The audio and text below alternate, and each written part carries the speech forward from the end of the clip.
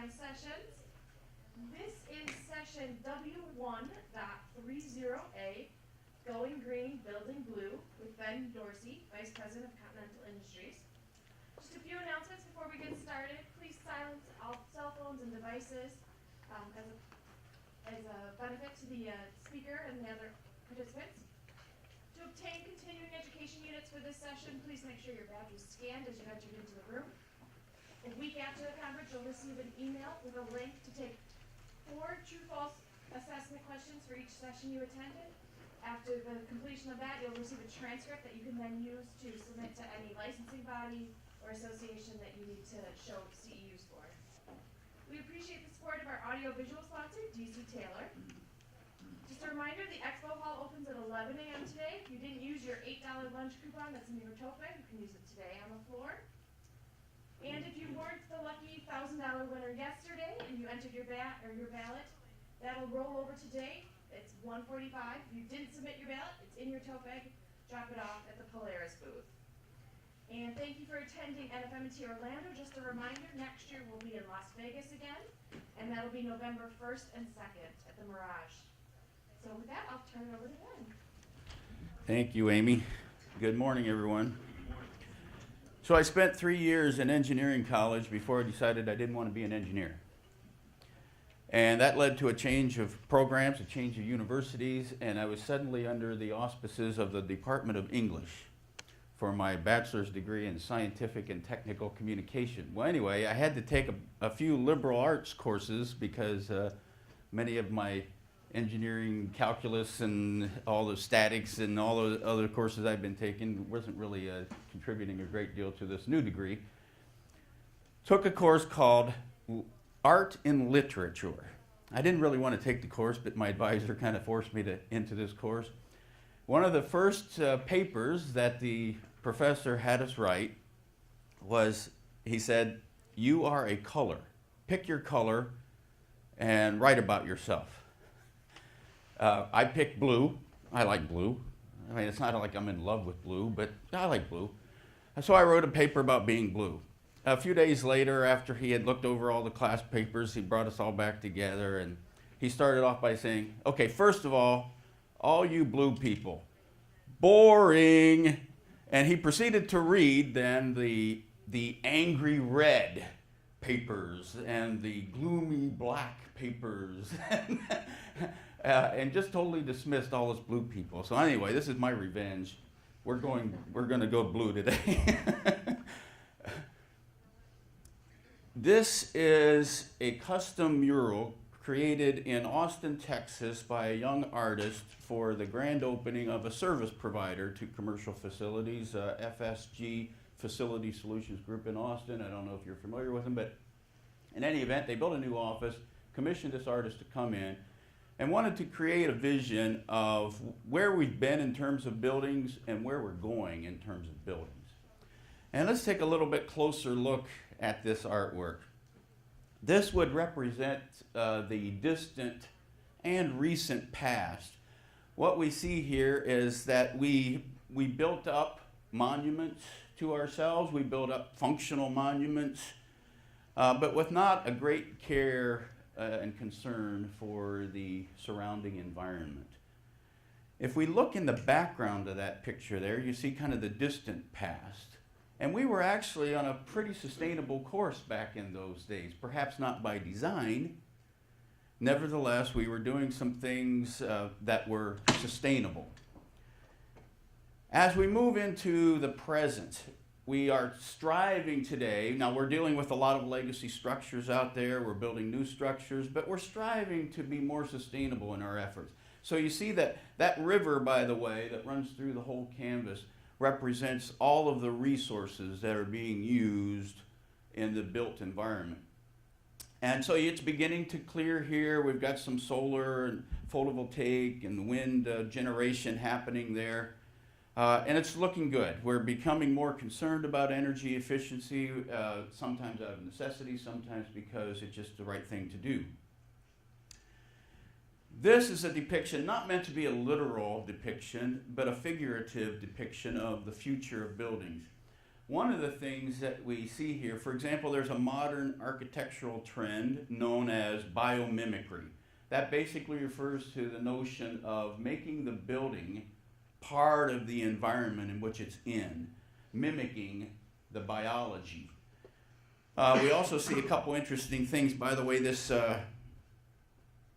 little thing, I got to name this portion and help the artist out with that portion. That is the power supply. I call it dark energy. We've harnessed dark energy in the future. It's the answer to all our energy woes. So tomorrow's buildings, in my mind, are qualified by two important factors. First of all, they're sustainable. And secondly, they are smart. And we're going to talk about both of these aspects today. And I'm not going to necessarily delve into a lot of details about how BACnet gets us to these things, but you'll see the connection, I think, as we move along. First of all, why do we go green? Why do we pursue sustainable actions in our buildings? Well, first, we might be motivated simply out of a professional responsibility. We feel that as a professional within this industry, it is our duty to pursue some sustainable courses. We might also feel, from a personal perspective, a great stewardship towards the environment in which these buildings play. We might be pursuing some sort of green building certification, and there are lots of those out there today. You know, we've had LEED around for a while. We've had EPA Energy Star rating around for a while. We have the Well Building Institute coming online, the International Living Building Challenge well underway. So there are lots of ways to pursue getting some recognition for your sustainable efforts. You might also be motivated by regulatory mandates. Certainly your local building codes are being influenced by regulatory mandates. And these are coast to coast. This is not just a California or East Coast thing. You might be interested in the promise of cost savings. Now, I realize that's somewhat the tricky wording there. Why didn't I just say cost savings? You know, I've watched the green building movement for several years, and early on, the early adopters in green buildings were quite frankly doing it because it was the trendy thing to do. We very quickly moved into a state of we have to do things that make economic sense, that have a return on investment. And for many years, all the investments we were making in green buildings were not returning on the promise of cost savings. And I've talked to contractor after contractor about the fact that green buildings are costly buildings and green buildings are expensive buildings to operate. I don't worry too much about that, quite frankly, because as we undertake the early efforts of the sustainable pathway for our buildings, we have to try things, we have to experiment, we have to get better, and we will get better. And I think we're entering a phase now where we actually are enjoying the cost savings associated with our sustainability efforts. And the last reason, it's not necessarily the best reason, but it's still a trendy thing to do. It's still good for your corporate brand warmth to pursue sustainability pathways. Why do we go smarter buildings? Well, who wants a dumb building? They don't give awards for having the dumbest building on the block. In addition to that, we certainly have a lot of technologies that are driving us towards what is a smart building.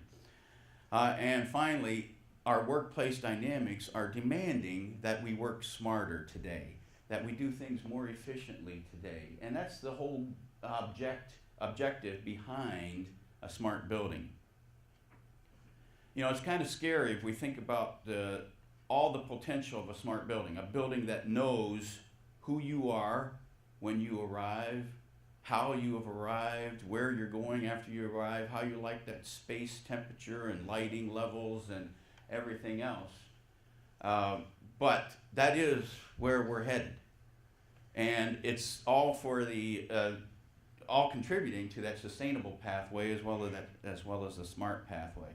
So I want to talk today about 5 different areas. I'm going to treat most of these very briefly because you're very familiar with what we're doing in these arenas. But these 5 arenas, in my mind, contribute to smart buildings and sustainable buildings. So we'll talk first about IAQ and then move into some comfort-related issues and spend a fair amount of time on the last 2 here. Okay, but first, we have to color these pathways. Now, we can take a vote, but my vote counts more. So I'm just going to say all of these are blue things, and I'm going to prove it to you as we move along, move along today. First of all, I'm a freelance cartoonist, by the way, so you're going to suffer through some of my artwork here. So a guy giving a report at a meeting here, observation alone was enough. What you have here is a clear-cut case of sick building syndrome. And then the guy in the suit says, excuse me, you do realize this is a hospital. That's Ben Dorsey humor for you. Okay, here's another one. Service manager on the phone to an angry customer. No, ma'am, it's more likely he was referring to indoor air quality. Your personal IQ is probably quite sufficient. Anyway, there are a few different sources for IAQ problems that we experience in our buildings.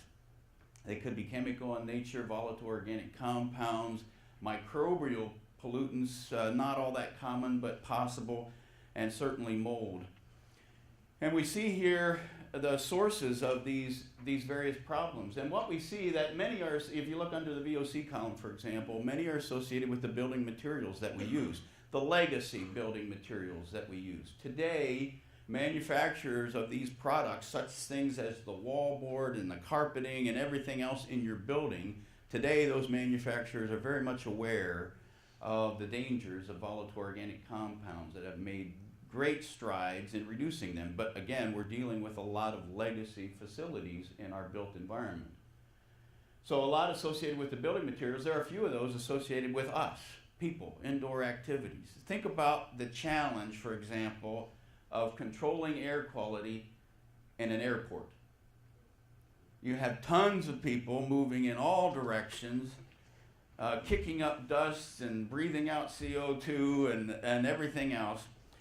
So I got stuck at LAX a few months ago, thanks to United Airlines, for several hours. I got bored after a while and I started looking up. And I looked up and I just happened to have my camera there with me. And I noticed this. So, is this indicative of an indoor air quality problem? Possibly, probably, but not necessarily. You know, I noticed one thing as I zoomed in, by the way. I noticed one thing, and that is how clean the wireless router was. And so, it depends on whether you're an optimistic or a pessimistic person of why that device is clean. If you're an optimistic person, you say, well, they obviously fixed the problem. And if you're a pessimistic person,